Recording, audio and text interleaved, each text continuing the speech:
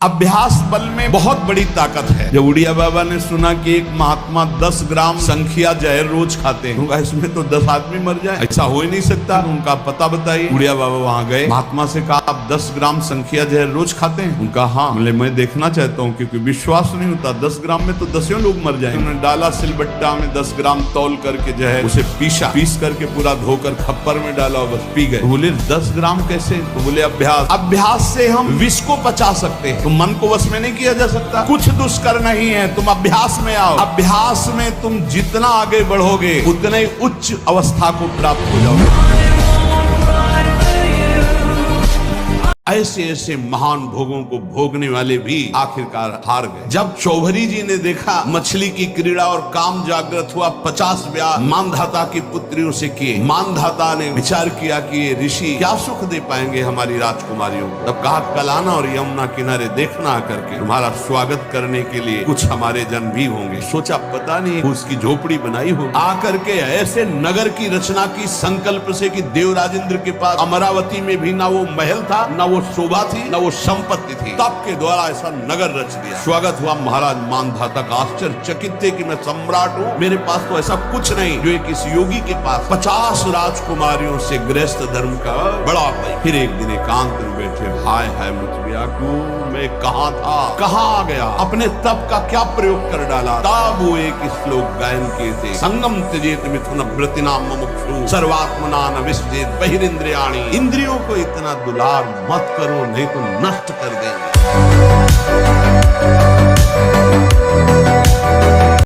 अगर 8 क्रियाओं से बचा ले गए तो हम ब्रह्मचर्य रह सकते हैं। यदि आप ब्रह्मचारी होना चाहते हैं तो आप अपने मन को शुद्ध रखिए। आप अपने हृदय को कभी खाली मत छोड़िए। हृदय खाली रहेगा, मन अशुद्ध रहेगा तो शरीर में ब्रह्मचर्य रह नहीं सकते।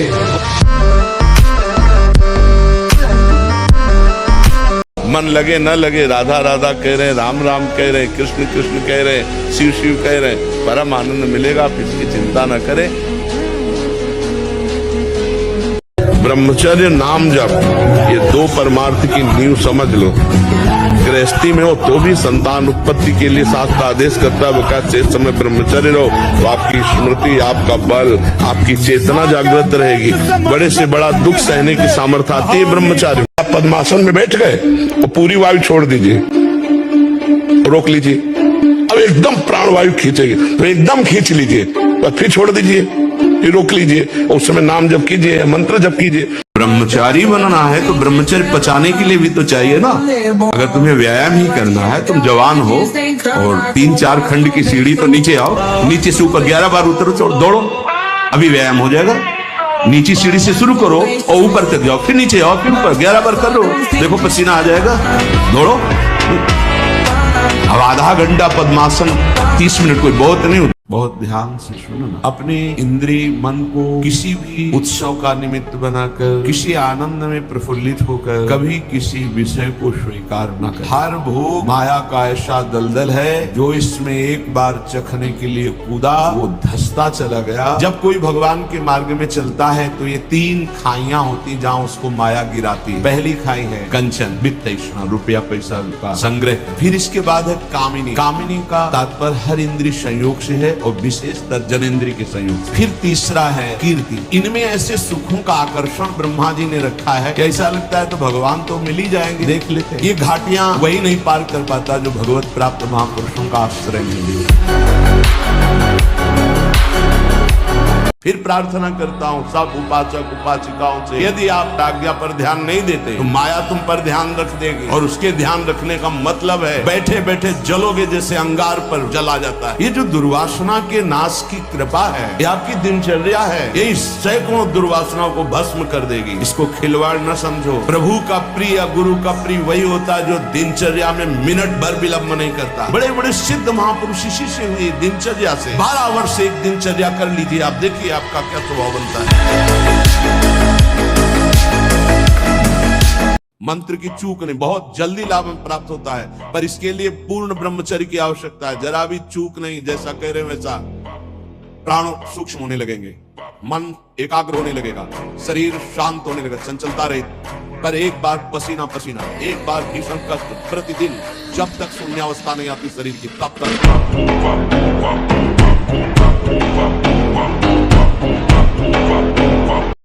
अब आप लाख कोशिश करेंगे तो आपको बार बार मन प्रेरित करके परास्त करने की कोशिश करेगा, आपको ऐसी स्थिति पैदा करेगा कि आप फिर उसी क्रिया पे आ जाएं। पर एक बार हिम्मत करके आपको जलना होगा, तभी आप बलवान हो सकते हैं। बिल्कुल ठीक समझना।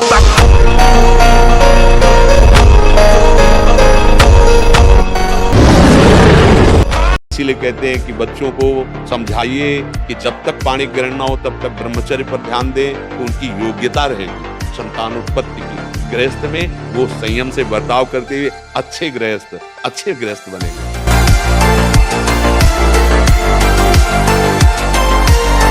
जानबूझ करके अपने शरीर को अधीन नहीं करना चाहिए। सुविधाओं की अधीनता, तुम भोगता नहीं, सुविधाएं तुम्हें भोग रही हैं। जितना तुम सुविधा भोगी बन जाओगे उतना तुम कमजोर हो जाओगे। सीधे प्रकृति का वारस रहो, तुम महात्मा सुदृढ़ बलवान हो जाओगे। तुम्हारे आगे समर्थ शब्द लग जाएगा। जो प्रकृति के और विकारों के वेगों को सीधे सहता है उसे महात्मा। थैलियों पर पसीना आने लगना, हाथ पैर में जरा भी काम करने के लिए चलो तो कंपायमान होने लगना, थोड़ा भी ऋतु परिवर्तन बीमारी को पैदा कर देना, थोड़ा सा गर्मी, थोड़ा सा सर्दी, बीमार। उसे प्रकृति का प्रहार सहन न करने की सामर्थ्य है। चेहरे पर मुहासे प्रकट हो जाना, कभी कभी अचानक खड़े होने पर आंखों के सामने अंधेरा छा जाना। जो भगवान से जुड़ा वही बलवान बना। ये गंदा भोजन, गंदे आचरण करने वाले दुर्गति को प्राप्त होगे, नरक को प्राप्त होगे। मांस खाने वालों, अंडा खाने वालों, तुम लोग समझते हो बलवान है। भीष्म जी जैसा कौन बलवान? अखंड ब्रह्मचारी भगवान के महाभागवत है। कोई हनुमान जी जैसा त्रिभुवन में वीर? कछु मारे से कछु मर्दे, कछु मिले से धर दूरी, कछु पुल जाए पुकारे प्रभु बरकत बलभूरी। शरीर को शांत करके और मन को एकाग्र करके, प्राणों को सूक्ष्म करके भगवत प्राप्ति कराने में बहुत ही सहयोगी आसन है पद्मासन और सिद्धासन। लेकिन उसके पहले ब्रह्मचर्य का नियम नहीं, तो इन आसनों पे बैठने की भूल न करें।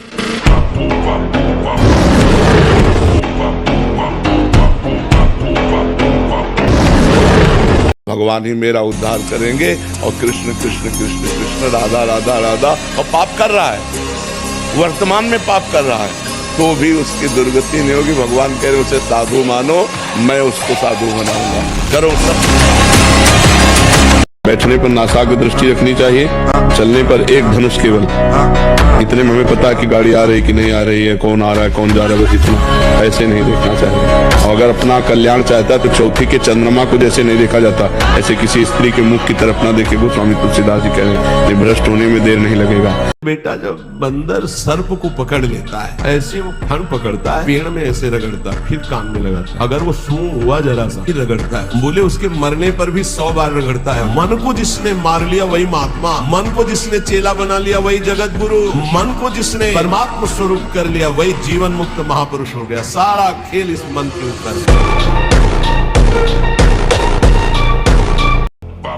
अब ये खान पान ठीक नहीं, आचरण ठीक नहीं, पवित्र नहीं हो, एक किसान भी खेती को सुरक्षित और तैयार करता है तो उसमें अच्छी फसल होती है। तो अपने ब्रह्मचर्य को जाना ही नहीं कि बहुत हानि हो जाएगी। संयम से चलोगे तो आगे। संयम एक बहुत बड़ा पावर है।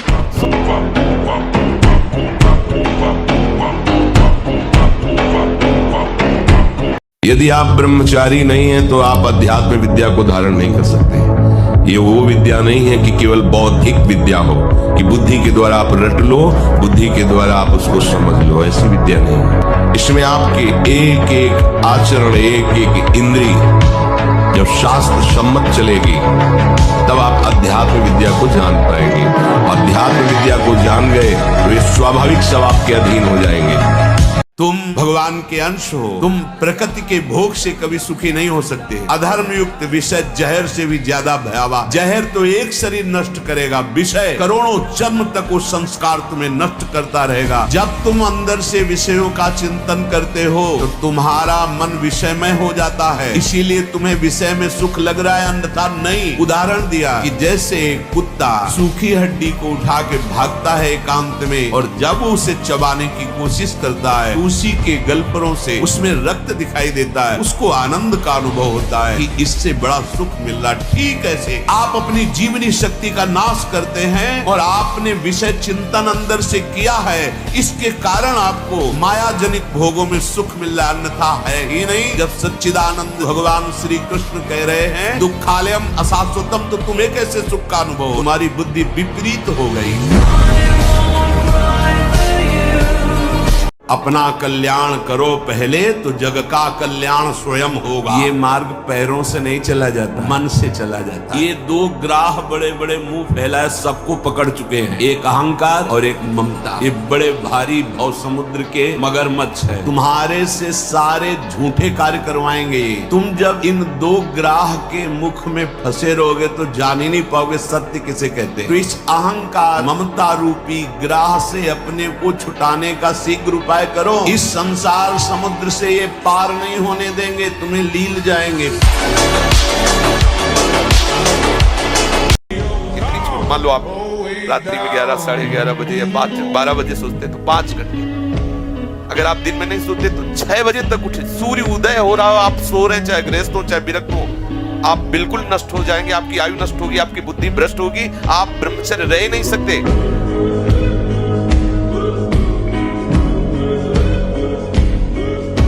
घिघियाना बंद करो। काम है, क्रोध है, लोभ है, मोह है, मद है, मत्सर, ये मार रहे हैं, ये चाहिए वो चाहिए, कुछ नहीं। नाम चलाओ, देखो तुम कितने महान हो।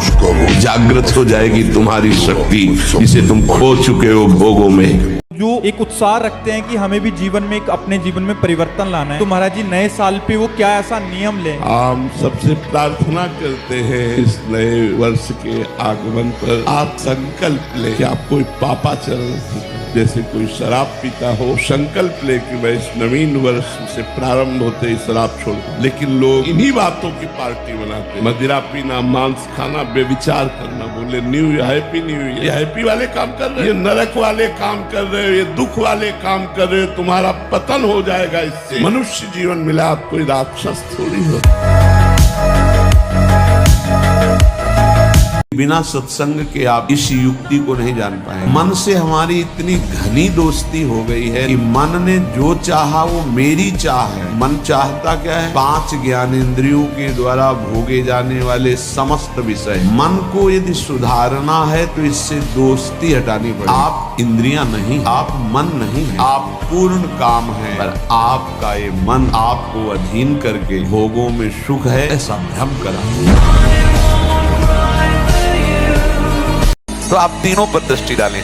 आहार ठीक हो, भजन साधन से चिंतन आप अपना ठीक कीजिए और संकल्प दृढ़ निश्चय के द्वारा उन अशुभ क्रियाओं को दूर कीजिए। जो अशुभ क्रियाएं आप करते रहें तो आप सुधर जाएंगे। नहीं तो देखो कुछ दिनों बाद ऐसा होने लगेगा, आप देखना।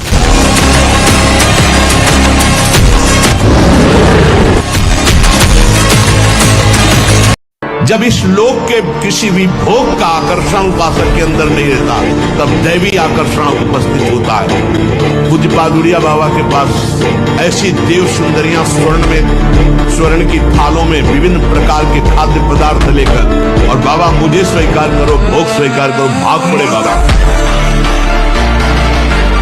तो सबसे पहले 10 बार श्वासें खींचो, ये खींचो और निकालो, और फिर कोई त्राटक क्रिया करो। किसी बिंदु पर त्राटक करो और उसमें आंख खोलकर बस एकाग्रता पूर्वक देखना शुरू कर दो।